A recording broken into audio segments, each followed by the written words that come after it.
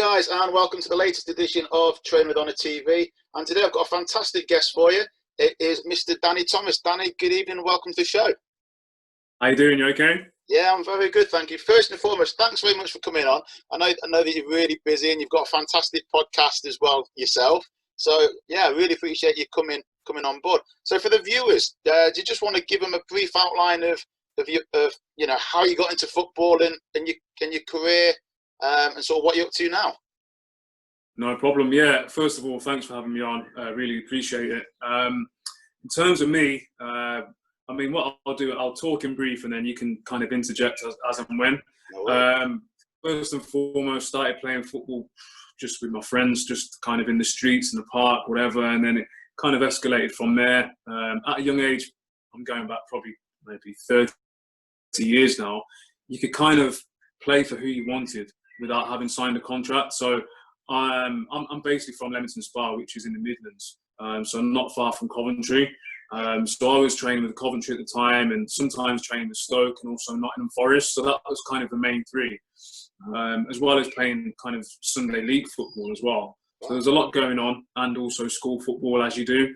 And then kind of got to the age of, I'd probably say 12, 13, and it started getting a bit more serious. And at that age, that's where you have to kind of be affiliated with one club.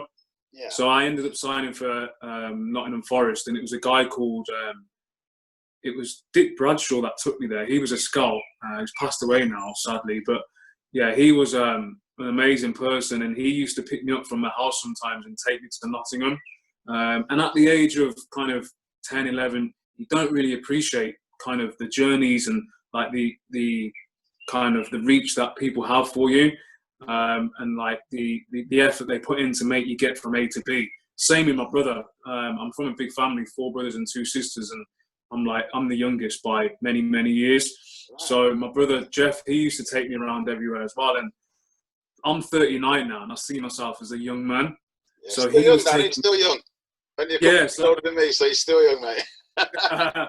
So if you bear in mind at that age, he was probably 25-ish, maybe slightly older, maybe slightly younger, and he was driving me around everywhere. And I'd look at him thinking, well, he's a big man, like an old man, but he was no age at all. So he had his own life to live, highs and lows and whatever. And obviously, growing up as a person, you obviously have your experiences. So he was contending with his own life and going to work and everything else, as well as taking me to training, taking me to games and stuff. So big sacrifice. So I owe a lot to my brother Jeff. He knows all this anyway, and everyone else does. And not just Jeff, my whole family in general. So all my mum and dad, brothers and sisters. So anyway, signed for Nottingham Forest. Basically, I used to be a striker and ended up playing on the left wing. That's what normally happens when you're a small striker and you get to the kind of pro level and you get shoved out of the wing. So prolific striker, used to score kind of tons of goals for youth team and Sunday league and whatever else. And that was basically me as a youngster. Small, fast, kind of no one could really catch me. But didn't really have any game understanding just because I hadn't really been taught any game understanding. I was still young. So I just relied on my pace, my touch. I had no strength at all really, but my pace kind of, I got away with it as a result of my pace. So anyway, so I'm at Forest for a few years, and then I signed pro forms early. That's how kind of well regarded I was at the club. So although I wasn't receiving any money, they offered me pro terms. So what would happen is once I start my apprenticeship, my pro contract would be backdated, so that when I got to an age, I think it would have been, 17, the money would have been backdated to me. That's good. I don't know if you can legally do that now. I'm not sure, but anyway, what was happening then wasn't illegal. I'm just explaining, obviously, the scenario. Yeah, no, definitely. So I grew up with a few players that had kind of been at Forest for many, many years. So we come through kind of schoolboy and everything. So we're all kind of familiar with each other and on and off the pitch. Started my, before my YT, I got a scholarship at the FA National School, Lillishall. Oh, yeah. So for those that don't know, Lillishall was run by the FA and it's now defunct. So it was basically the best 16, 17 players throughout the whole of England would be selected to go there, and it's basically a 2-year scholarship to play football, and you're basically representing England. So you go around and play different countries and different clubs within the UK. So we play Liverpool on, I think it was a Sunday we used to play. So Sunday, you play Liverpool, Everton, Man United, everyone in the UK, and we'd just absolutely batter everyone. Just to give you an idea of the standard, in my team, we had Alan Smith, who obviously went on to play for United in England, Francis Jeffers, Scott Parker, Stuart Taylor, and then a few others that you probably may not know of, but still went on to sustain a career. So our squad was ridiculous, and we just used to beat everyone. It was crazy. So I went there. I was there for 2 years, and you basically board there, and you go to a normal comprehensive school. So you get the bus and go to school. The bus would come and pick us up from Lillyshaw and take us to the school, which was in Shropshire. And then we come back, and then we'd just train every day. So we were miles ahead of any other kind of schoolboys, because they would train maybe once a week. We were training every day, and we had a coach called Keith Blunt, who was top coach. And just to give you an idea of the people that went to Lillyshaw, like prior and pre-me, the likes of Defoe, Leon Knight, Joe Cole, Andy Cole. So, I mean, Sol Campbell, there's a whole plethora of players that actually went through that system. Nicky Bambi. It's crazy. So anyway, graduated from there, and then I started my apprentice at Nottingham Forest, and I was injured at the time. So the back end of my time at Lillyshaw, I had a hairline fracture in my back. So I wasn't allowed to run. All I was allowed to do was walk. Couldn't play, train, wasn't allowed to run or anything. Couldn't jump. It was really painful. So they just said, all you have to do is rest. Otherwise, it may not get any better. And they said, even if you do rest, it may not heal as fast as we'd like it to. So I was out for about probably, I think, 5 to 6 months, which was hard to take, because obviously I'm watching everyone train every day, which that was new to me, because I've never really been injured. And obviously we're training every day. So it's one of those where it was mentally tough from that perspective. I didn't have any mental issues or anything, but it was just frustrating because I wanted to play. I started my YT, and not ideal because it's my first pre-season ever. So I missed that completely. And we had a new coach come in from Leeds. And Leeds, I don't know if you know at the time, this is back in '97, Paul Hart. So he came from Leeds with a massive reputation. Good coach as well. I'll be honest with you, good coach. But he came from Leeds, and at the time, Leeds had, as I mentioned, Alan Smith, Jonathan Woodgate, Stephen McPhail. These are the European nights, weren't they, down at Elland Road? Their youth team was just crazy. So he came with high hopes and big reputation and stuff, and he brought a few players from Iceland and from Ireland and other parts of the UK. So a lot of players came in, and Forest always had loads of players anyway. We had an A and a B team in the youth team, and then you had reserves, and then obviously the first team. But there was always so many players in and around the training ground, just floating around. So it was frustrating for me, just because I was injured, and then it always took me a while to get fit anyway, just because to get to the standard I wanted to, and playing kind of left wing and how I played up and down and just running at players and using my pace, it always used to take me, I'd probably say 6 to 10 games after being physically fit. To get to match fitness, it used to take me 6 to 10 games, and that was even throughout my career, so latterly as well. But luckily, I was never really injured. So anyway, I got to a stage where I could physically train, and I was just playing catch up, to be honest. It was very, very hard, and ended up, I think I was in the B team. Just frustrating times. I was there for maybe three or 4 weeks, just like playing and kind of trying to gain fitness, and it just wasn't working out. And certain players were getting released and things, like, it just didn't seem right to me. And the whole kind of feel around the place just didn't feel like it used to. Because sometimes when I was on school holidays, I'd go in and train like with the older players, like people like Marlon Harewood and older. So I was training with people who are kind of 3 or 4 years older than me, just because of my ability. But then obviously when I started my YTS, it all changed slightly, because not just because I was injured, but because of the change of backroom staff. Because obviously Paul Hart brought his own staff with him as well. So the whole feel around the place was slightly different. Don't get me wrong, Paul Hart he didn't ever do anything bad to me. And I can't recall him ever doing anything bad to anyone else either. But it was just frustrating for me. And I'm one that can always, I'm not saying I can see into the future, but I can see how things are panning out. Yeah.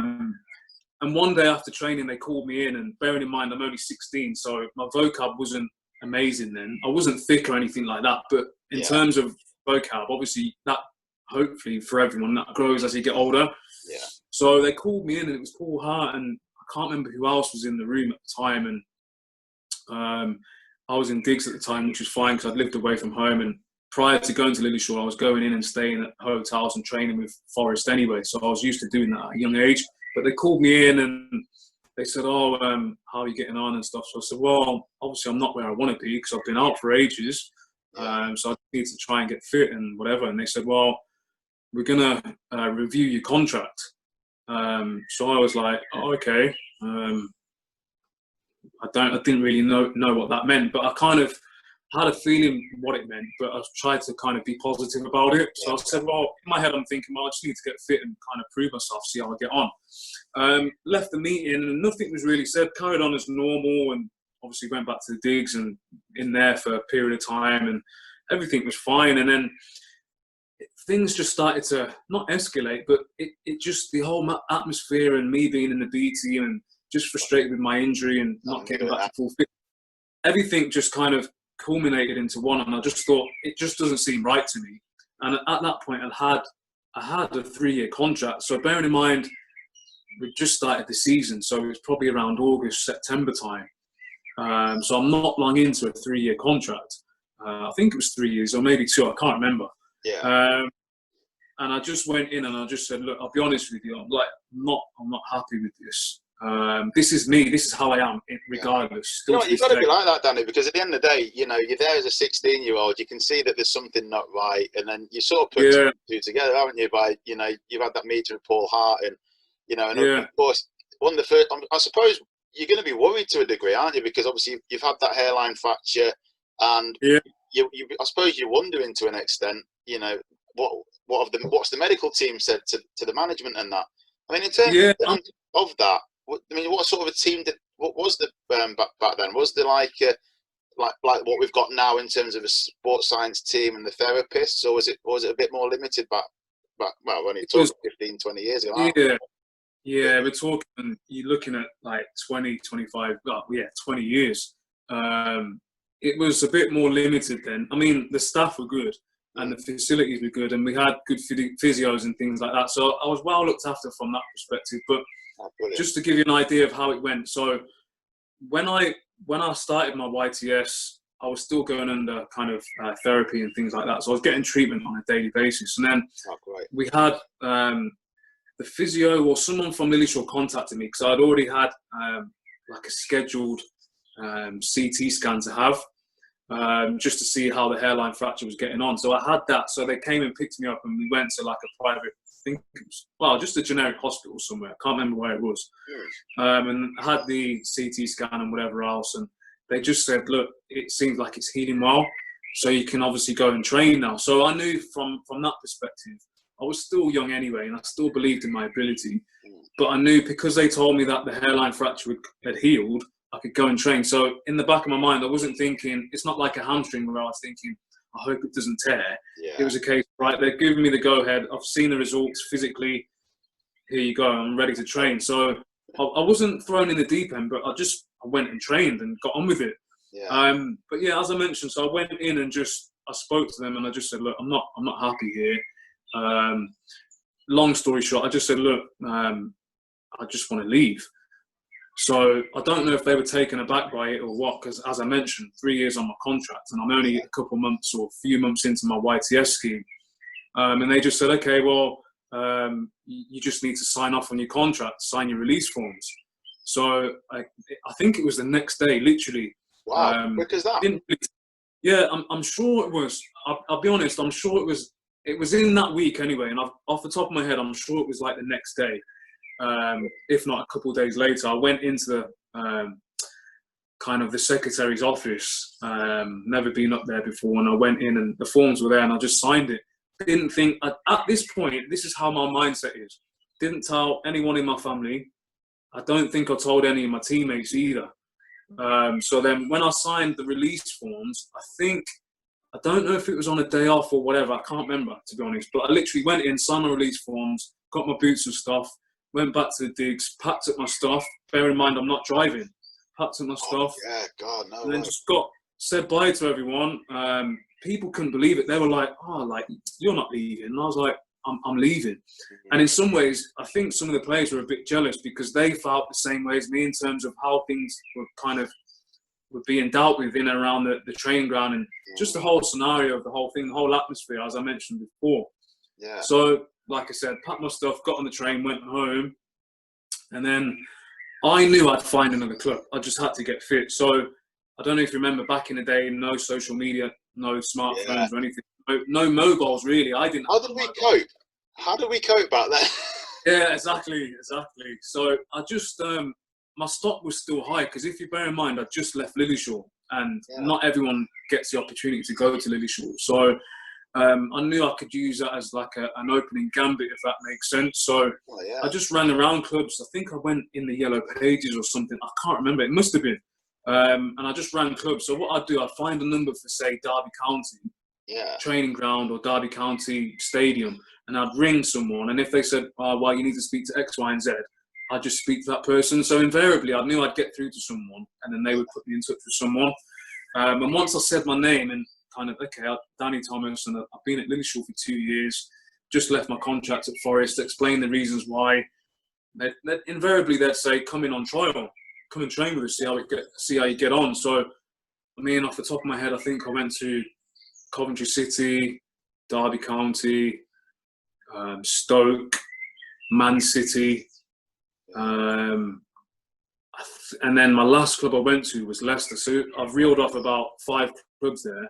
And every time I go into these clubs, I'm there for like probably 2 weeks, just in digs again. And every time I'm there, I'm getting fitter and fitter, if that makes sense. So I knew probably no one was really going to sign me. Kind of the first few clubs I went to, I probably knew they weren't really going to sign me because I wasn't myself. But I'm using their facilities and whatever to get fit. And obviously, I'm still trying to get a contract. I'm not going there thinking, "Oh, well, I can just use their facilities and get fit and then move on." So I've got no dependents, obviously. I've got no outgoings financially. So I could, obviously, that's the reason why I went down that route. When you've got a family, it's slightly different because it's not just about you. Anyway, my last club was Leicester, and by this stage, I was kind of thinking, look, I don't really want to be going anywhere else, and if I have to, I don't really want to be going to a club that's like 3 hours away from my house and things like that. So Leicester's obviously in the East Midlands. I'm from Leamington, which is kind of South Warwickshire. So it kind of worked out well from that perspective. But I knew then that I'm fully fit now, so this has kind of got to work for me. Didn't really want to drop down the tiers because I knew my ability was kind of slightly above that, and that's all I'd kind of known. Obviously, being around Forest and then going to Derby and Man City and things. So, no disrespect, I didn't want to go to kind of any lesser teams. So, why should you? Why should you? To be fair, as well. Yeah. And even then, so if you bear in mind now, I always say to people now, like lower league football now is a high standard because people have filtered down from the higher echelons of football. So the standard's high, and they try to play football from what I can see anyway, and from what I can remember. But back in the day, 20 years ago, it wasn't the case. It was more kick and rush and long ball, and you had to be big and strong. And I was never that type of player. So that's the reasons. That's one of the reasons why I didn't want to go down that route. Anyway, I went to Leicester, and from the first day, I could just, you know, when you get a feel for something. And that was just how it was. Even just anything, like even down to the kit and being in the canteen and just how everyone was sociable and friendly, and obviously the training facilities and being in digs, and just everyone just was really friendly and welcoming. So it kind of escalated from there, and I knew kind of 3 or 4 days in, I was doing quite well, to the point where people were saying kind of, "Oh, like, are you going to sign? Like, when are you signing?" So when players start talking, because players are quick to judge. I've done it myself. You judge someone on the first or 2 or 3 training sessions. Good, bad, or indifferent. That's just how it is. So for them to say that, I knew kind of, okay, well, they must rate me. And then you kind of hear whispers about the coaches talking and stuff and whatever else. So within, I think it was the middle of the second week, I'd played a couple games and done quite well in the games. And And then they just offered me a 2-year contract, and I weren't expecting it, to be honest. And I remember when they offered me it, I got on the phone. I think it was the Diggs phone. Yeah, it must have been. At the Diggs, I was like a house phone. I spoke to my brother there, and I just said, "Oh, they've offered me a 2-year deal," and he was like happy as well. So yeah, that was it. It went from there. Stayed in Diggs for kind of a year or two, just around the corner from the training ground. Good bunch of lads as well. So I was in the Diggs with Jordan Stewart and a couple of other boys as well, and escalated from there really. And then managed to sustain a position within the youth team, and then before you know it, I was in the reserves, and then did really well in the reserves. It just happened to click. I remember just kind of not coasting through, but doing okay whilst I was at Leicester in the youth team and stuff, and then got my opportunity in the reserves, and then had a little taste of it. I remember travelling and not getting on. I think it was against Liverpool. There's a guy called Neil Ashley. It was me and him that travelled from the youth team, and he ended up playing in the game. He started, and I was a bit frustrated because I don't even think I was on the bench. I think I was just travelling with the squad. I may have been in the bench or whatever. I can't remember, but they had a good team, Liverpool did, and I obviously was happy for my teammate Neil Ashley because he played. And then I managed to get my chance. I think my debut for the reserves was against Arsenal, I think, and I did really well. And I remember some of the first team players were there watching, and the next couple of days in training, they came up to me and said, "Oh, like, you did really well." It just happened. I don't know why. It just clicked, and I played really well. And then from then on, I thought, okay, well, I need to try and do as well as I did in the last game. And I did. And it went on for 6, 7, 8 and more games for the whole season, more or less. So I was still playing youth team as well and playing in the reserves, which is obviously physically tiring in itself. Definitely. And then I managed to get... So these were the days was it Martin O'Neill and John Robertson back then as well? Yeah. And then was it John Rudkin at the? Was it John Rudkin at the academy then? Before he's obviously gone up to director of football now. No. So with John Rudkin, he's done really well, to be honest. John Rudkin at the time he wasn't coaching my youth team. He was coaching the schoolboys. I think he was coaching the under 11s or something. But he was in and around the place. I can remember seeing him, and he was always a nice guy and stuff. But my coaches were Dave Nish. And Neville Hamilton. And then we had a guy who was sometimes in and around as well called Tucker. Can't remember his first name. Oh, is it Chris Tucker, was it? Tucker, yeah. I think it was Chris. I can't remember anyway, but his surname was Tucker anyway. So there was a close-knit group of coaches and stuff. And anyway, I managed to get into the first team. I was training with the first team and doing okay in training with the first team as well. And I was in direct competition, as you know, with Steve Guppy, who had just got into the England squad and obviously well regarded at Leicester and good player and whatever else. I think he was a different player to me anyway, but he was a good player nonetheless. Anyway, got my debut in the first team, and I'll be honest with you, I wasn't happy with my debut because as I mentioned. Yeah, what was it that you weren't happy with? Was it just the case? Was it sort of like comparing yourself to someone like Gups or? No, Guppy weren't even on my mind at the time. I mean, he was injured, so for me it was a chance for me to capitalise on that. Even though I knew that even if I did really well, he's still going to come back into the team anyway. Naturally, that's just what happens. But for me, as I mentioned, I was absolutely flying in the reserves, and I was flying to the point where. If the team played well, if the team played poorly, I still played well. I remember one of my teammates, I think it was Martin Reeves. I don't know if you remember him at the time. Right midfielder. Yeah, or centre midfield, good player. So basically, I remember we were in Diggs at the time together, and we got out of the car, and I think he was on the phone to his dad. As you do, you talk to your family after the game. And it's remember his dad saying something like, "How did you get on? How did the team do?" And he's like, well, no one really did well apart from DT. That's my nickname, DT. So he's like, apart from DT. And I was like, oh, okay. Didn't have to say that. But that's how I was doing. I was doing really well in the reserves. Got my chance in the first team, and I wanted to replicate that. Even though I only came on for 25 minutes against Newcastle, two things that struck me. Obviously, I didn't underestimate the ability of the Premier League and the players that were in. But for me, I was doing really well. So I wanted to come on and emulate that. And it just didn't happen. And And I could remember like just looking around me thinking, the players that I used to watch on TV, who the commentators don't necessarily mention how fast they are or how good they are actually really fast. So if you remember, I was a fast player. Yeah. But when I was playing in that game, I just felt like I was treading water. And I don't know whether I was just thinking that, whether I was overthinking or not, but I remember playing against, like, obviously Alan Shearer was playing, and I think Nobby Solano, and like Kevin, I think it was Kevin Gallagher and people like that. So obviously well-established pros, but they were all just rapid. Yeah. And I was thinking, I didn't question my ability, but I just thought, wow, there's a lot more for me to do.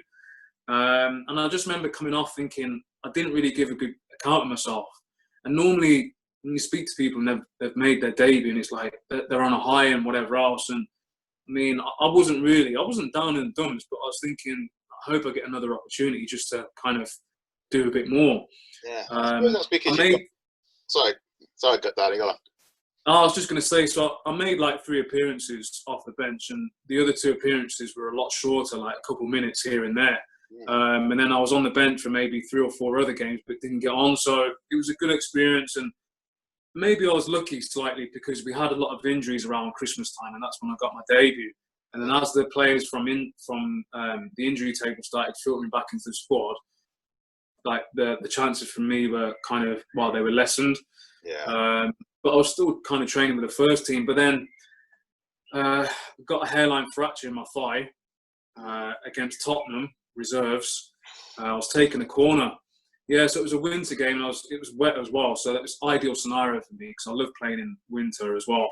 I was taking a corner, and as I lifted my leg back to strike through the ball, I heard like a crack. Literally, it went like this in my thigh. So I was like, okay, that didn't sound right. And I kicked the corner flag. That's how bad it was. So I'm on the way down. I think it was on the way down, like as in my legs kicking through. That's when the crack happened. Yeah. I lost power in my leg. And I ended up kicking the corner flag slightly, and the ball just trickled out of the quadrant. And I remember the crowd laughing, thinking, like, what have you just done? And I remember turning around to the crowd thinking, like, I'm actually hurt here. Yeah. And then I got up, and I just remember my thigh was like, it was red hot, and it looked red as well. God. So I was like, well, that don't feel right. And like, I've got like a high pain threshold anyway. Yeah. And I never really used to get injured at all, even like throughout my career. So carried on playing the game, managed to get a penalty. I don't know who got brought down, but I ended up taking a penalty and scoring. But even when I was taking a penalty, it just didn't feel right. God. So half time came, and I walked off, and I remember Steve Walford came up to me, who was the coach at the time, and he was like, how is it? And I just said, it just don't feel right. So I didn't play the second half, and I was just icing it, thinking, maybe it's just a strain or whatever. And then a week later, nothing had changed, and I had a scan, and then they said, you've got a hairline fracture in your thigh, my left thigh, and I'm left-footed, so that's not ideal. And they said normally when people tear their thigh muscle, it's a vertical tear. Mine was they said it was normally a horizontal tear. Yeah. And mine was a vertical one. So they just said it's quite rare. And even to this day, if I lie on my back and put my legs up like that, you can see where the muscles separated. Wow. Oh yeah, and they showed me the scar tissue, and they said the scar tissue is what's basically causing the pain. So until we get rid of that, you're gonna struggle to get back anyway, and you're probably gonna need an operation. So I was like, Jesus. So first major injury really, and now I'm probably gonna need an operation. And I just kind of got in and around the first team, so it was all kind of bad timing really. Yeah. How did that make you feel? Obviously, having a good run with the first team, and training with the first team day on day out, and then this happened. What was sort of going through your mind, Danny, at the time? So frustrating. I remember getting back in the car after the reserve game. So basically, it was Tottenham away. So we get the coach back to Filbert Street at the time, and then you get in the car and you go home. And it's Tuesday night game because that's when we used to play the reserve games. And then you have Wednesday off. And I remember just pulling up on the driveway, just thinking, like, I hope this isn't bad. And even when I was getting out the car, I could feel it. And I was just thinking, like, I just hope that it's not that bad. And then the next day, you know, as you do, you go to sleep and you think, hopefully if I wake up, it's going to be okay. But even when I was bending my quad like that, I could feel it. So I knew something wasn't right. And I think I went for treatment the next day and just ended up having a massage and ultrasound and whatever else. And at that time, again, so in terms of the facilities, good facilities, but in terms of physiotherapy, although we had good physios, it was limited. It was limited in comparison to nowadays anyway, in terms of kind of the treatment. But, I mean, the treatment that I was getting didn't hinder me it didn't slow me down in terms of coming back. The treatment was fine. But anyway, I had a scan and they showed me the scar tissue and whatever else. And then they just said, look, you're going to have to rest it. So I rest it, but obviously get treatment at the same time. So I was out for 9 months. So back to square one, being out for ages, not allowed to train, just getting rubs and everything, massages every day, and just trying to just keep my hopes up, really. I mean, it's frustrating, but I was still in and around the players and whatever else. It's just a frustrating time because it was bad timing. And obviously during that time, I think Martin O'Neill, he left and went to Celtic, and we found out. So basically, we've gone to Singapore, and I'm still injured at the time, and the physios were kind of saying, look, it's entirely up to you how you want to play this out. So we had a youth team tournament in Singapore, and I'm in my last year of the youth team, so I'm 18, but I'm still eligible to play. And they just said, look, we want you to go, and I was like, I don't think I'm right. But anyway, they convinced me, and I mean, I wasn't forced to go. I didn't go against my own will. In some ways, I wanted to go anyway, but I said, look, I'll see how I get on. And I went over there, and I can remember just even in training and stuff, it just didn't feel right. And it was like a mini tournament. And I think I came on for a couple of the games, and I could just feel it. I couldn't run. I was like 70% speed, and it just wasn't right. Came back and scheduled for an operation. So I think the scenario was something like, okay, well, let's schedule the operation for say 3 weeks from today or a month from today or whatever. Bearing in mind, I've gone through a lot of rehab. I've gone through I've gone through the summer, hoping that rest and recuperation would naturally fix it. Came back and I've done a bit of pre-season, but could still feel it. So I had to drop out pre-season again. Had the scan and they said, right, okay, let's schedule for an operation. So operation's 3.5 weeks away or whatever it may be. And then I've gone in on the day and they said, right, let's just have a look at the thigh, see how we're getting on. So bearing in mind, I've had probably 9 months of rehab here. The scar tissue had more or less gone. So they were taken aback to the point where they left the room because they were astonished. They left the room, came back, and they were like, never really seen anything like this before. The amount of scar tissue you had in your thigh, because literally, I don't know if you've seen an X-ray before, but obviously it shows it white. So the scar tissue was all in there, and it was all white initially. And then when I had the second scan, it was more or less gone. So they were like, what's happened here? So they were like, well, maybe you don't need an operation. Bearing in mind, I've gone in that day with the mindset of having an operation. Everyone at the club thinks I'm having an operation. So they said, right, you don't need an operation. You may just need to just do a little bit more rehab and then see how you get on. And at that point, it started feeling a little bit better anyway. So I remember calling my teammate from the digs. He was driving at the time, and he came to pick me up, and he was like, what's going on? A bit embarrassed for me. And I was a bit embarrassed myself because I knew I'd have to go back and say, look, don't need an operation. So anyway, next day went into training, told the physios, and they just said, okay, well, let's just see how we got on for the next couple of weeks. Had a bit more intense therapy, pushed it a little bit further, and I remember doing some shooting and stuff, and I couldn't really feel it. But what they said to me and what the physio said to me was, you can continue doing this and it'll be fine, but you need to make sure you stretch beforehand. And I carried that all throughout my career. So I'll give you an example. If you went and kicked a ball now, you would be fine. If I went to kick the ball now, I'd probably end up on the floor. So, because it's that bad, you can still see the effects of it now. The muscle's still not healed.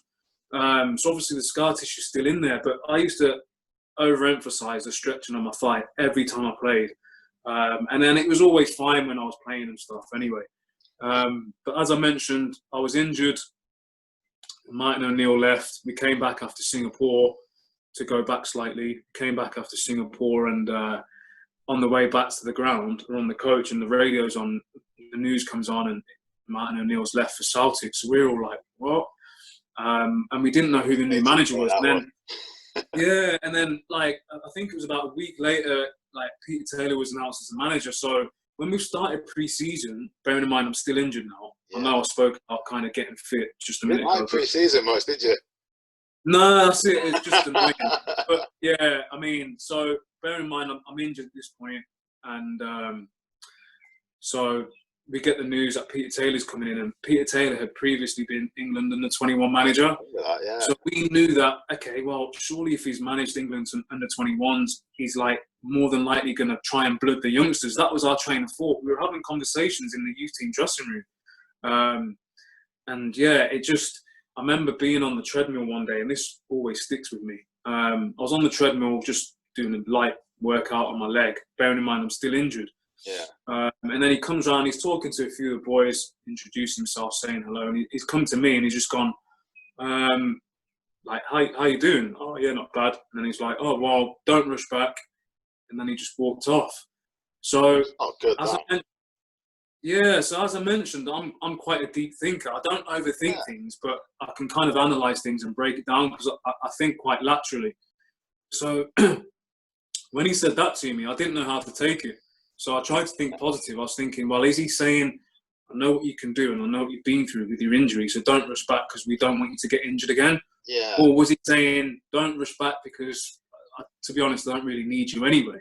So my train of thought then was to go with the latter. So in my mindset, I'm thinking, he probably doesn't fancy me. And he'd already brought in a few other players as well. He brought in like Damien Delaney. I don't know if you know Damien Delaney. Yeah, Damien Delaney.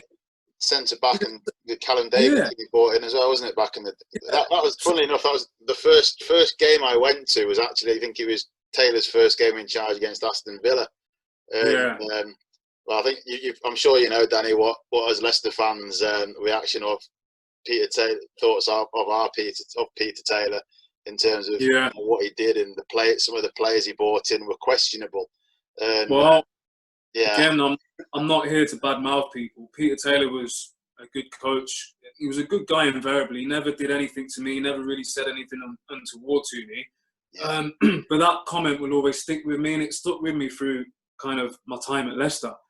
Even though I wanted to still like prove a point and get in the team or whatever else, it just didn't materialise. But touching on players that they brought in, so you mentioned like Callum Davison and a few others, but he brought in Damien Delaney as a left winger. And that was the rumour, like we're signing this guy from Ireland as a left winger. Yeah. So I'm thinking, well, why are you bringing another winger in? Like we've got like wingers here already. Because me and Jordan, like sometimes I'd play left back in the youth team and Jordan would play left wing and vice versa. Yeah. So we already had us two there. So everyone's just frustrated. Loads of new players coming in as normal. That's what happens normally when a new manager comes in. But we brought Damien Delaney in. Damien's like nice guy. He's like 6'3", not your typical winger. So Damien couldn't oust me and he couldn't oust Jordan. Yeah. So what happened was Damien started on the left and it didn't work out for him. And then he went to left back, didn't work out. And then he ended up going centre half. Mm. This is not me knocking Damien. I'm just saying what happened. And he'll probably tell you the same thing. So it was like, okay, you brought him in left wing and it's not worked. So then what's going to happen? What's happening now? So obviously, as players, you have all these things to contend with anyway, but I'm still a big believer in my own ability. But for whatever reason, it didn't happen. Anyway, Peter Taylor got the sack and Mickey Adams took over as manager. And same scenario, he brought in his own players and had his own ideas, which is fine. Good coach, didn't have any kind of I didn't have any contention with him at all, really. There was one scenario on the training ground which I wasn't happy about. I'll touch on that if you want me to, but it's your choice. I don't want you to feel uncomfortable with it if you don't feel comfortable talking about it. No, it was just a scenario that it was kind of, anyone that knows me knows that I'm not a bad egg, and knows that I'm not a person to cause a fuss. I just generally get on with stuff, and if I need to have a one-to-one with someone about something, I'll generally go and approach that person, regardless of whether it's kind of a manager, Martin O'Neill, or someone like the kit lady or whatever it may be. Yeah. that's just me as a person. So long story short, we're training with the first team, and we're doing like a passing drill. And it's one of those drills where it's like cogwork. So if something breaks down, the whole thing breaks down. Oh, yeah. So we're doing that, and a couple of times it broke down, and one of the times it broke down, and I remember Mickey Adams saying something. He said like, "We're gonna have to stop. Danny's messed up again."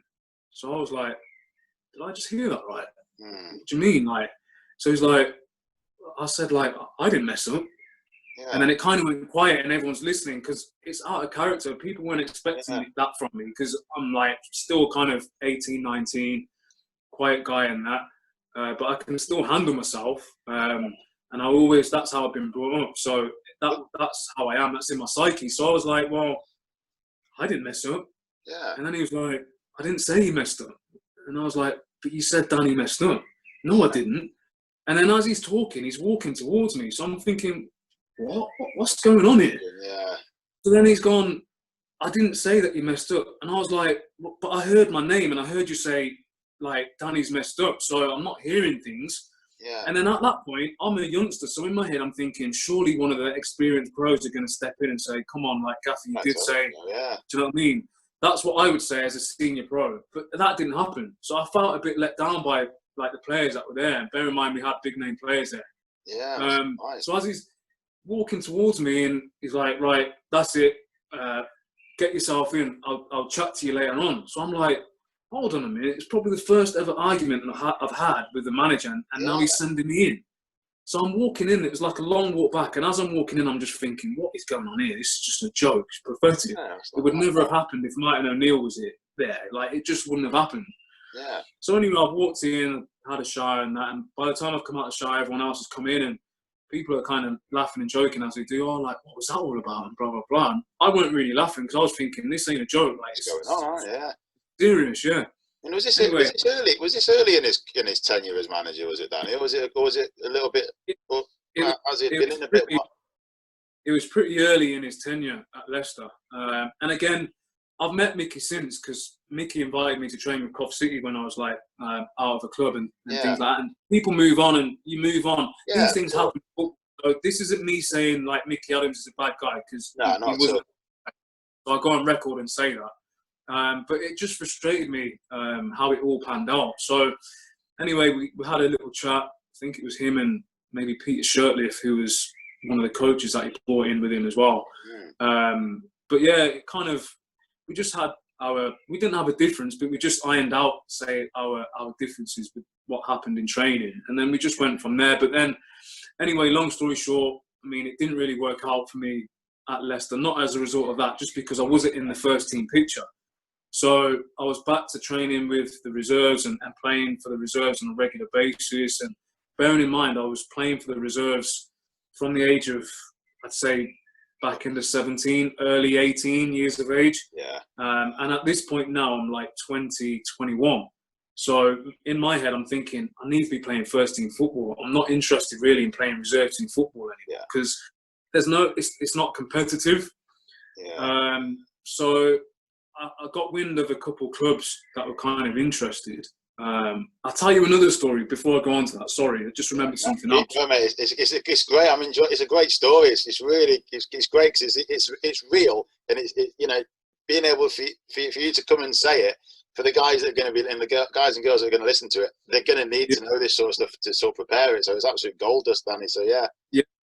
Bear in mind, I'm not saying that I was training amazing and setting the world on fire, because I wasn't. I was still kind of getting my way, trying to work out what was happening with myself at the club. And bearing in mind, I'd made my debut, and now I'm just kind of back in reserves. And so everything was kind of frustrating for me. But I wasn't really in the first team picture. So I'm at Jordan Stewart's apartment, and we've got a reserve game. So Jordan had his own apartment, and I was living at home in Leamington. So rather than go home after training and then have to come back to Leicester, I just went to Jordan's house, or Jordan's apartment. So we're both there. And then I get I think it was a call or a text from Alex Mortimer, who was, I'd probably say maybe 2 or 3 years younger than me. He was left back. And he said, I've been called into the squad for the reserve game. And he was nowhere near like the picture in terms of reserves. Good player, but he was just in the youth team, and that was kind of his age group anyway. So I was like, he was like, if his train of thought was, where has this come from? And my train of thought was, I know what's happening here. Basically, I'm going to go to the game, and I'm probably not going to be involved or just be on the bench. Bearing in mind, I was starting every reserve game for years. So anyway, got to the ground. Was sitting in the dressing room. This is at Filbert Street, which is no longer there, obviously. Yeah. And then before kick-off, someone comes in and says, "Oh, like Mickey wants to speak to you." So I just knew what was happening. So I went in, spoke to Mickey, and he said, "Look, you're not involved tonight. Get yourself off home. A couple of clubs have come in for you." So I was like, "Well, who's come in?" I can't remember who he said. I think he said maybe Northampton and someone else, whatever. Yeah. But I wasn't thinking about leaving. And I was just thinking, why have you just told me now? Like, it doesn't make any sense. It's just awkward. So you're focused on that game, aren't you? So I just went back in the dressing room and I just said, "Good luck, boys, I'm off." And everyone was like, what's that about? And I was just like, "Look, I've just been told I'm not involved." Anyway, went home, and then after the game, I think Jordan called me after the game, and I asked him about the game and stuff. And I think they lost, I can't remember. And then he just said, "Oh, what's going on with you?" So I just said, "Look," he just said, "I'm not involved," and basically said, "Look, a couple of clubs have come in for me." And then he asked me, like, Mickey said, kind of like, "What's your thoughts on it?" So I basically said, "Look, I'm not really looking to leave and stuff." It just wasn't handled very well. And then I think it may have been about a week later, I heard Bournemouth were interested. And at that time, Bournemouth, although they were League Two, I knew they played football. Yeah. So for me, it's a case of, right, I had a year left on my contract at Leicester. Wasn't on amazing money, but I wasn't on rubbish money either. Yeah. I wasn't in the first team picture.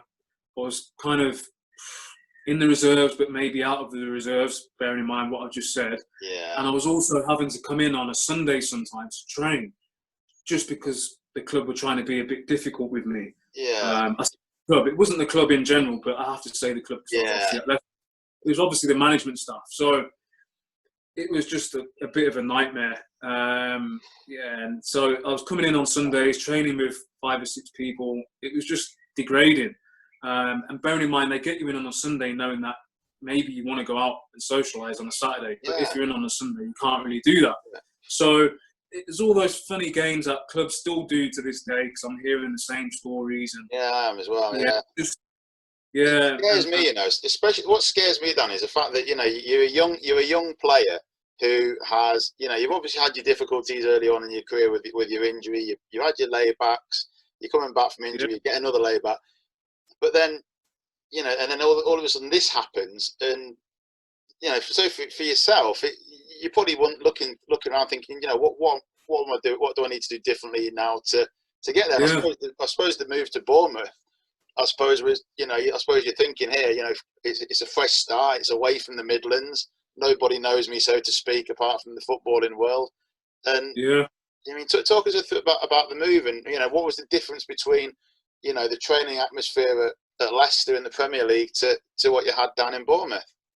Yeah, I mean, before I go to that, I just remembered something else which triggered my kind of train of thought in terms of leaving as well. So one of the coaches that was there at the time, I can't remember his name, but he was a new coach that was brought in.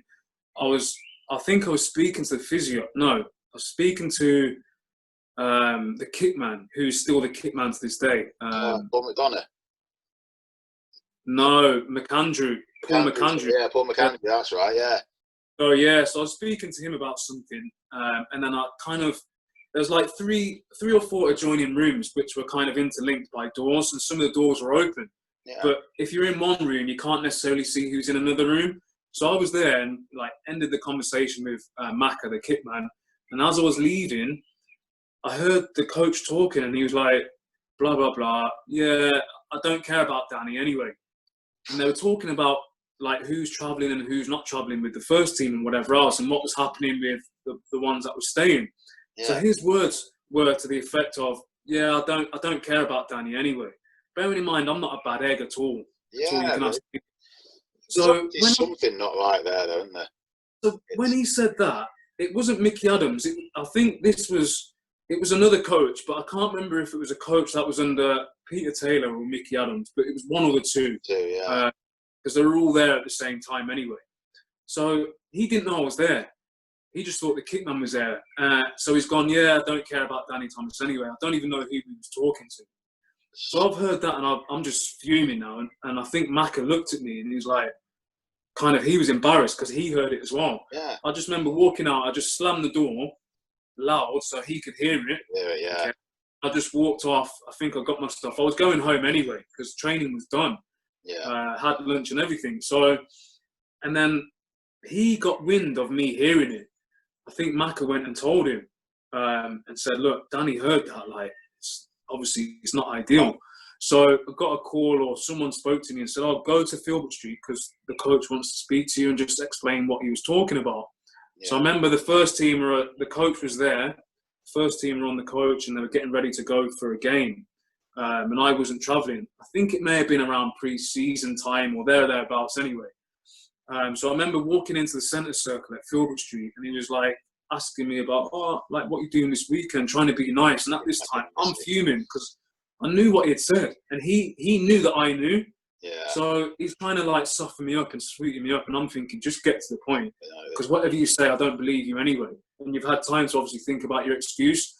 So he basically said something along the lines of, oh yeah, well, I know you heard what I said, but don't take it out of context. Like I was talking about, like kind of, Danny's not in the squad, and he's going to be training with like whoever's left over. And I didn't mean to say I didn't care about you as a person. So I was like, listen, I heard what you said, and I've interpreted it my way. It wasn't an argument. We didn't have an argument, but I just voiced my opinion. Yeah. Anyway, we finished amicably, and then I remember just walking back onto the car park and then just driving, and I went home. Anyway, but that's just another story that led me to leave. Yeah. Anyway, back to answer your question. So Bournemouth came about, and Sean O'Driscoll, what a manager.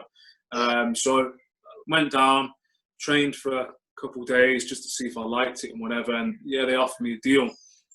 So I went there, and my mindset was, okay, well, it's a step down, but it's first team football. Yeah. I don't want to stay at Leicester for another year. So I signed off that year. I could have easily stayed and just took my money and that, but that was never in my mindset. I always wanted to play. Yeah. So I left. I knew that I'd probably have to work hard to get in the team. Now, the team were in a relegation battle. It wasn't very pretty in terms of the league position. So it was hit and miss, to be honest. And we ended up getting relegated. But I always remember, like, the first few training sessions I had, my mindset was, okay, well, I'm kind of, say, 20 years of age, and I've already made a few appearances in the first team at Leicester in the Premier League. Yeah. And I believe in my ability, and I'm still young and whatever else. So I didn't underestimate those players at all, because I knew what I was coming up against, because they were seasoned pros playing proper men's football. So, and the standard was good as well. And I remember training and thinking, like, these guys are strong. Like, I was coming up against some players like, say, James Hayter, who's my height and my build.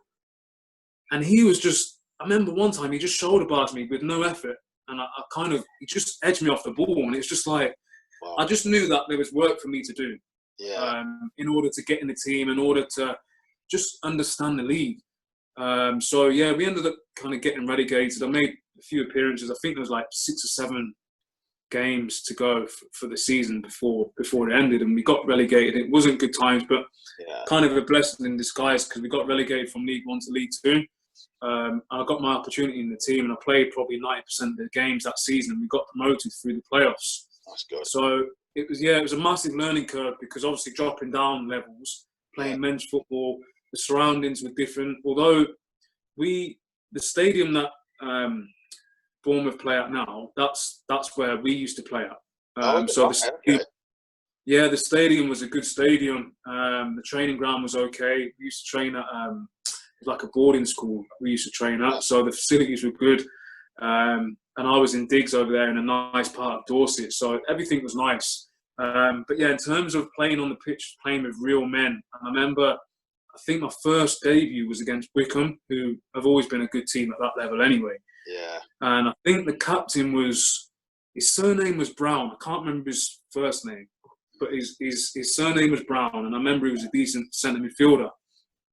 And I've got the ball, and I'm still in kind of reserve team mode where I'm thinking I've got time to maybe take a touch, look up, and then work out where to pass the ball or maybe run with it. I took a touch, and he's come from nowhere, and he's shoulder barged me. And like normally if you fall, you're aware of you're aware naturally you're going to fall, so you put your hands out. Yeah. It's a natural kind of mechanism that you've got to break your fall. He barged me so hard that my head hit the floor first. Oh. It was ridiculous, and it wasn't even a foul. And I just got up thinking, like, this is crazy, like, because it wasn't a foul, and it was like a welcome to the league type of thing. He didn't do it with purpose. It wasn't like one of those where you hear people say, he smashed me and said, he's got up and said, welcome to the league. It wasn't like that. Yeah. He just took the ball off me, but I just wasn't ready for it. So I knew straight away I had work to do and whatever else. So it was a learning curve, but training was good. We played football, which helped me. Yeah. It was always total football to a certain degree. And we had like the likes of Eddie Howe was my captain. What was Jason to play with and as a captain? So obviously he's got a great reputation as a manager now. What was it like to be around someone like that? Yeah, he was. Everyone looked up to him. He was always a hard trainer. He played like he trained, as we all did, because you had to. That's just how it was. Because Sean O'Driscoll was he was a hard taskmaster, but he was fair as well, and he was honest. Very quiet man. I remember when I first signed him, the players were like, if he's talking to you, you have to proper listen because he talks really quietly.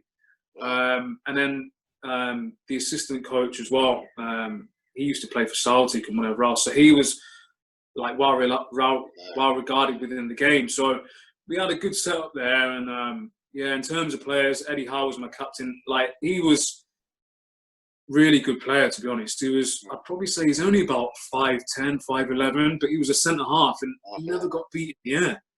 Never got beat in the air, so it was ridiculous. And he was a good organiser, and it was one of them where you could probably see that he was going to go into maybe coaching or management. Yeah. And obviously, we all know how well he's doing at Bournemouth. So Jason Tyndall, he was in the team as well. We had a good team. Brian Stock, James Hayter, Big Steve Fletcher. So yeah, we had some good players. Gareth O'Connor, Wade Elliott. So yeah, we had. Wow, we had a really did he go on to play for Sheffield Wednesday, or did he come from Sheffield Wednesday? Oh, so Wade Elliott came from low leagues. Right. Before I was even there, he came from like really, really lower league football. Established himself at Bournemouth, so he was already established in the team prior to me joining. Yeah. But then he went on to play for Burnley, and then had a good career as well. So I think he played for Birmingham City as well. Yeah. So Gareth O'Connor went from Bournemouth to Burnley as well. So I mean, we had a good team. Obviously, went from Bournemouth to Portsmouth. I think Portsmouth were in the Premier League at that point. Yeah. And there was another guy, I can't remember his name. He's still at Bournemouth now.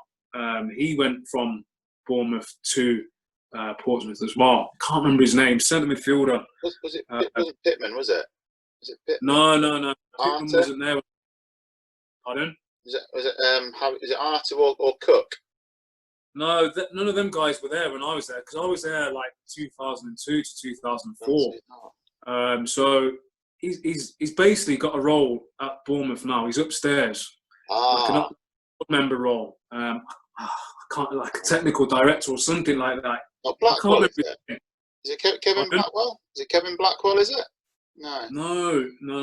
He's, in terms of age, he's probably about maybe 41, 42. I can't remember his name, I'll be honest with you. But he was a really good player as well. So we had a good team. Wow. And then from there, they wanted me to stay. So in the second year, again, this is League One. I probably played about 60, 70% of the games, but I wanted to play more. As I mentioned, I always want to play. 100%, yeah. But the gaffer sometimes used to play Gareth O'Connor on the left, and he was more of a centre midfielder, but he was really good technically. He was a good player. And we got on well. And even sometimes he would say, look, why don't the gaffer just play on the left so I can play centre mid? But it is what it is.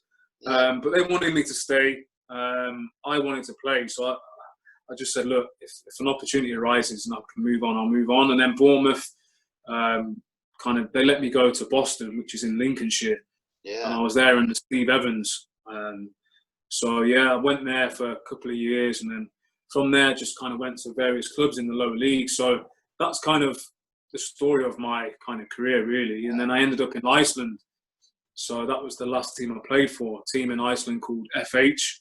And we played in the top league over there, managed to win the league over there, played in the Europa League qualifiers. I actually played as a left back over there, played really well as a left back. I really enjoyed it. And when I spoke to people in the UK whilst I was over there, and they were like, you're playing left back, but you can't defend. And I was like, look, I'm fast, I can head the ball and I can tackle. People didn't realise I could tackle, but I can tackle. But also, I know the mindset of the winger, so I know what the winger's trying to do. So I'll be honest, I used to count, and I tried to count how many times the winger would take me on. Whilst I was out there, I played almost every game. I'll be honest, no one ever took me on. It just didn't happen, just because word gets around in terms of how fast you are and whatever else. So I enjoyed it. I really enjoyed my time over there. I really enjoyed playing left back as well. So sometimes I think, well, when I was over there, I was thinking maybe if I'd played left back when I was at Leicester, or maybe the other teams, maybe I don't know, played at a higher level for longer. But hindsight's a great thing. So you never know, do you? It's one of those. Yeah. Once you drop down in the leagues, it's harder mentally and sometimes physically as well, because not everyone maybe they may not be on your wavelength on the pitch, and obviously sometimes you get dragged into, I say standard in inverted commas, because the standard's not poor, but it's not Championship and it's not Premiership level. Yeah. So when it comes to passing or making certain runs, I'd say, especially when I was playing, people at that level were always selfish, and the reason being is it's not anything personal, and it's not bad in a way. What it is, because when you're at that level, you want to try and make it to a higher level. Yeah. So you try and overemphasize what you do on the pitch. So you try and maybe take that extra player on, or maybe take that extra touch, or maybe, I don't know, just do things that maybe players in the Championship and Premiership wouldn't do, because you're trying to get noticed. Yeah. So you try and do everything. You try and run everywhere. Certain players, maybe if you're, say in the Premier League, where I always draw on this, say if there's a 2v1 situation, you one-on-one with a keeper, and you can square it for your teammate to score. Maybe in the lower leagues, that wouldn't happen, because the person on the ball would want to try and score themselves to get the accolade, to say, look, you're on the team sheet, on the score sheet, so anyone who's watching is going to notice that. And then that's the mindset. And that's just how it was. I don't know if it still is that, but everyone in those leagues, invariably, you want to get out. If you've got any ambition, you want to get out of those leagues. It's very, very tough. And that's why I commend anyone like the likes of Vardy and people like that, because they came from lower leagues. Yeah. And he's gone all the way to the top. And he's kind of testament to the lower leagues, because it's living proof that obviously players at that level can actually play at a higher level. Yeah. And it scares me to think of the amount of players who kind of go unnoticed and just end up sustaining the career in the lower leagues, still have a good career, but just don't get the chance to kind of sustain a career at the higher level, just because they may get unnoticed. It's one of those situations. It's just a scenario that, and that's the beauty of the FA. And that's the beauty of the FA Cup, Dan, isn't it? You look at teams like Blythe Spartans or Hyde United a couple of years ago that, you know, they come up against the likes of Wimbledon or MK Dons or whoever it may be, and they can do it. But I think it's been absolutely fantastic. You know, the insight you've given has been absolutely amazing tonight, and I think, you know, certainly for any young professional or any aspiring footballer especially, I think you've given an absolutely fantastic insight to the life of a footballer. So, you know, massive thank you for that. But I mean, for you personally, who would you say was the best player that you've ever played with, and the best man and the best player you played against? Oh, wow. Best player I'd say is Joe Cole. Yeah. And I'm talking Joe Cole before he went to Chelsea. So I know Joe Cole has said in the past, kind of when he went to Chelsea, he ended up being a better player. And what he means by that, what I think he means, is a more well-rounded player in terms of game understanding. But in terms of ability, I've never, ever seen anything like it. I'd probably say I'd say Michael Owen as well. And the reason I say that is because those two players were at Lillishall when I was there. So Michael Owen was the year above. Again, never seen anything like it. If he was one-on-one with the keeper, it's just the keeper may as well not be there because it was always a goal. And every game he played, he just scored like 2, 3, 4, 5, 6 goals. Like, just ridiculous standard. And he was so fast as well. In terms of Joe Cole, in terms of ability, tricks, and not just tricks to showboat, like he'd be in a situation where there's 2 or 3 players around him and he could just do whatever he wanted. And it was, you turn around and just think, like, what is going on? How has he got out of that?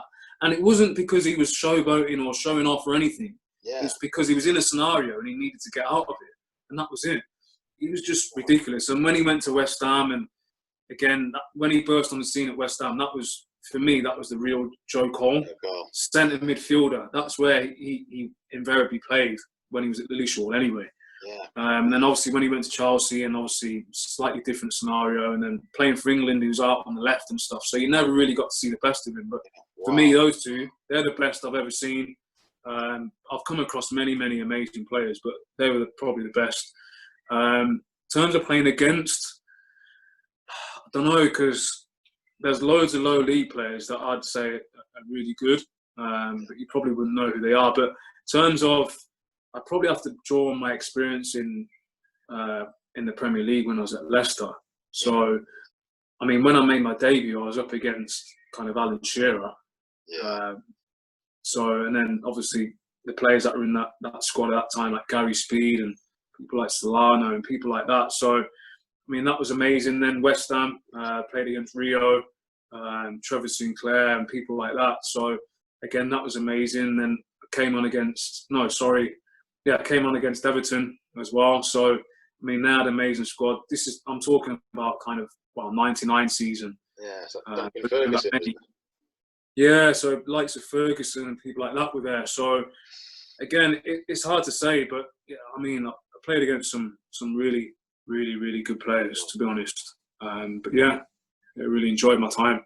That's absolutely brilliant. So obviously we've done past football. Very, very quickly, talk us through your podcast, Danny, that you're doing at the minute. Because I know obviously you're doing your podcast and you're into property as well. So just briefly, sort of talk about what you're up to now after football.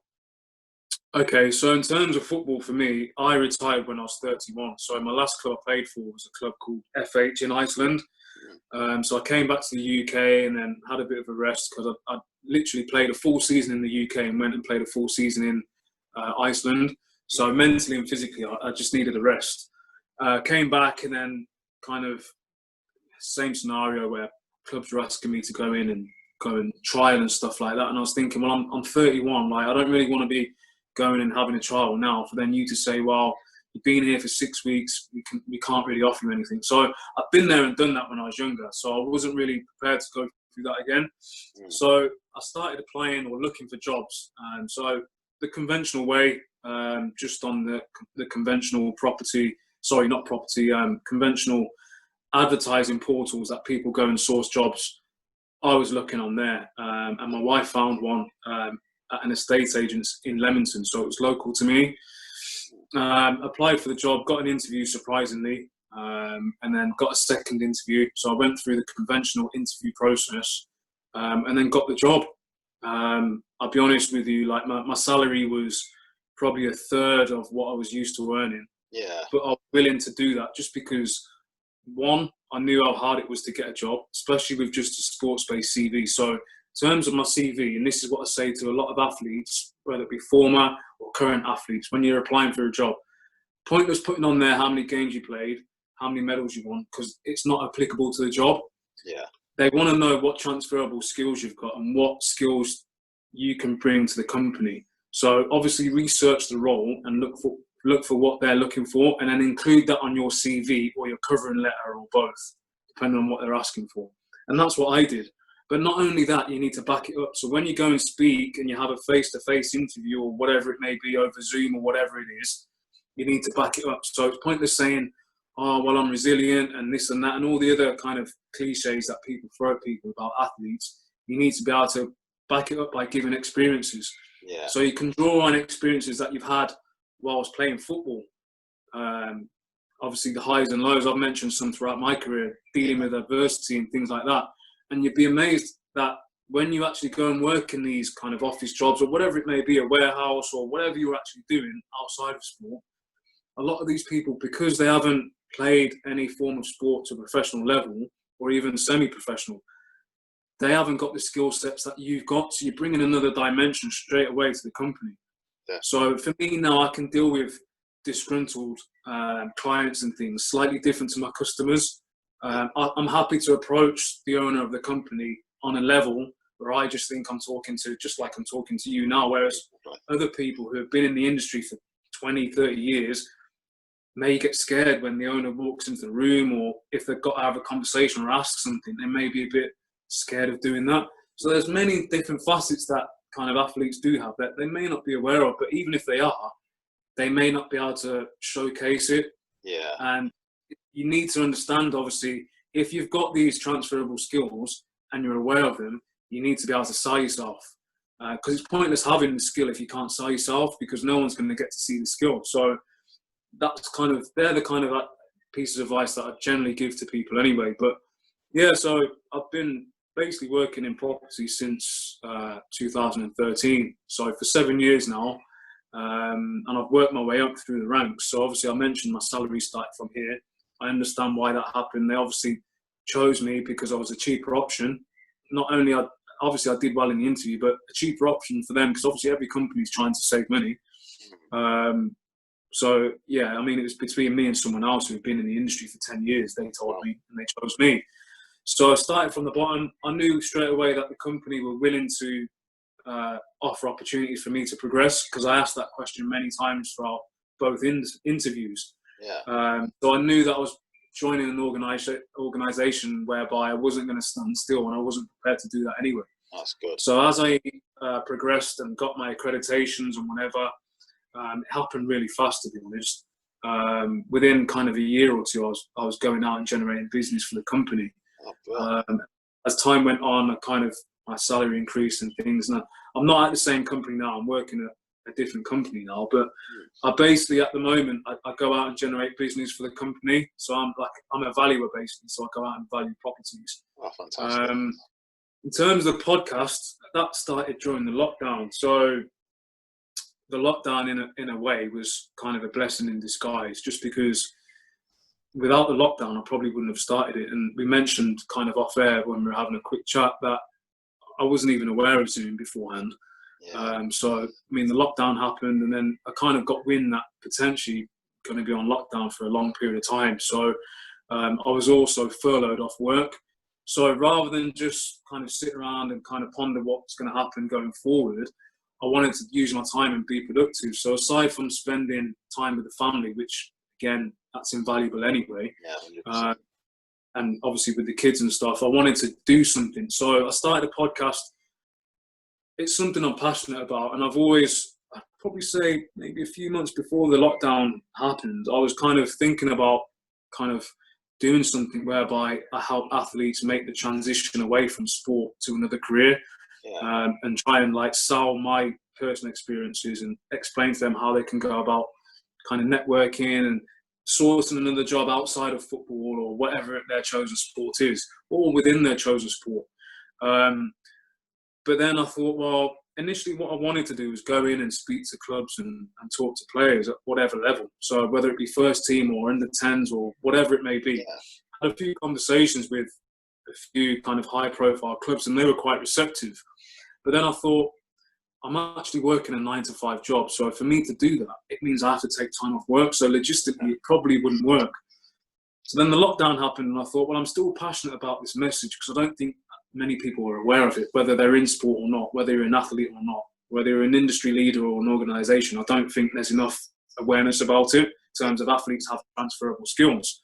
Definitely. So I thought, well, how can I get my message out there with little or no cost to me, and be able to put myself in a position where I can kind of join it or start it organically, trial and error. So I heard about Zoom, researched it a little bit, and I thought, okay, well, what about a podcast? Because that's not going to cost me anything.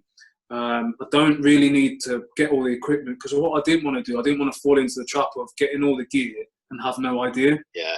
So I We're guilty basically, of that, aren't we? yeah.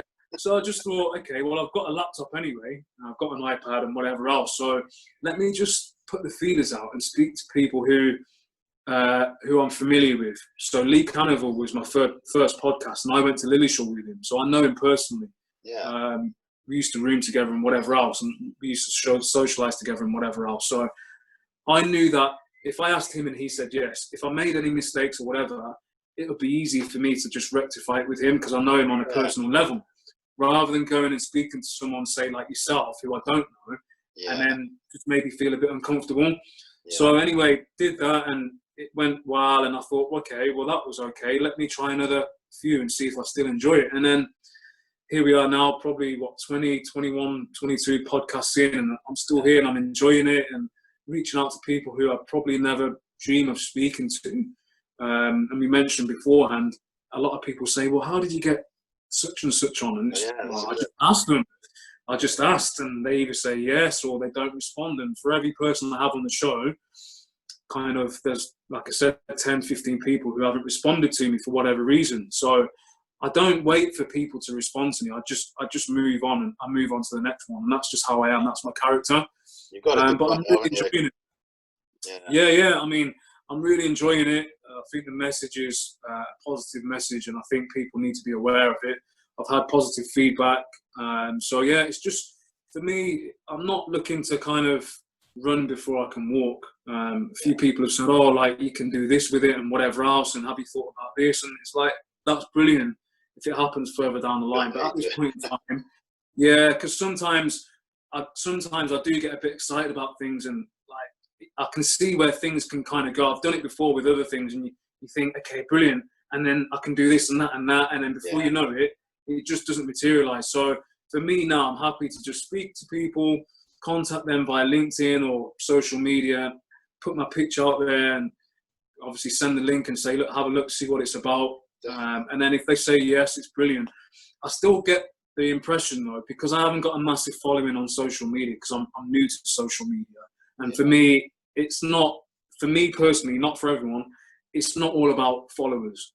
But I know for a fact, if I send someone a message who may be high profile or not, but they've got a big following themselves, when they look at what I'm saying, and then they look at my social media profile and there's not many followers on there, they may think, well, it can't be that good because you haven't got a big following. But my argument with that is, rather than look at my followers, have a look at the message that I'm trying to portray and trying to put across, and have a look at the podcasts and things like that. And then you'll see that the message is kind of a viable message. So, I mean, so far, so good. I can't complain anyway. It's something that I'm enjoying, and I just do it in the comfort of my own home. So it's all good. It's always it's quality over quantity, isn't it? Quality over quantity every time. Yeah. 100%. Well, Dan, it's been absolutely brilliant. So before we go, where can everybody get to find you? How can people connect with you? Okay, so my podcast, first and foremost, is called Back of the Net and Beyond. You can find that on Instagram, and you can also find that on Facebook. So I only recently joined Facebook about 2 weeks ago, to be honest. So Facebook and Instagram. On LinkedIn, you'll just find me as Danny Thomas. I'm on there. Sometimes I do post snippets of podcasts on there, just because, again, it's another way for me to spread the message. And then that's kind of about it. The actual podcast audio form can be found on most major platforms. So Spotify, the Apple generic podcast platform, Anchor, Radio, I think it's called Radio, I can't remember, but there's loads of different ones. I mean, there's Castbox and other ones as well, Radio Cast and whatever else. So Radio Public and a few other ones. So all major platforms across the board, really. So just type in Back of the Net and Beyond, and it will come up. Sounds great. Well, we'll definitely be putting so guys, have a look at the links below, because the links will be below to Danny's podcast. So make sure you check it out. It is absolutely first class. Some of the stories that, if you enjoyed today's story, you'll definitely enjoy some of the stories that he's had on in the past. So Danny, thanks ever so much for your time. It's been an absolute pleasure and fantastic to get to know a bit more about you. And thanks very much for sharing your story, and wish you all the best and your family all the best going forward. You too, mate. I mean, appreciate obviously you reaching out, and obviously enjoyed speaking to you today. To any listeners out there, obviously tune into your podcast as well, just because I've listened to a few, watched a few, and they are really insightful as well. So, yeah, I mean, keep up the good work, and appreciate obviously you having me on today. Really enjoyed the chat. No, it's been amazing. Thanks very much, Danny. Take care. No problem. See you soon, mate. Thank you.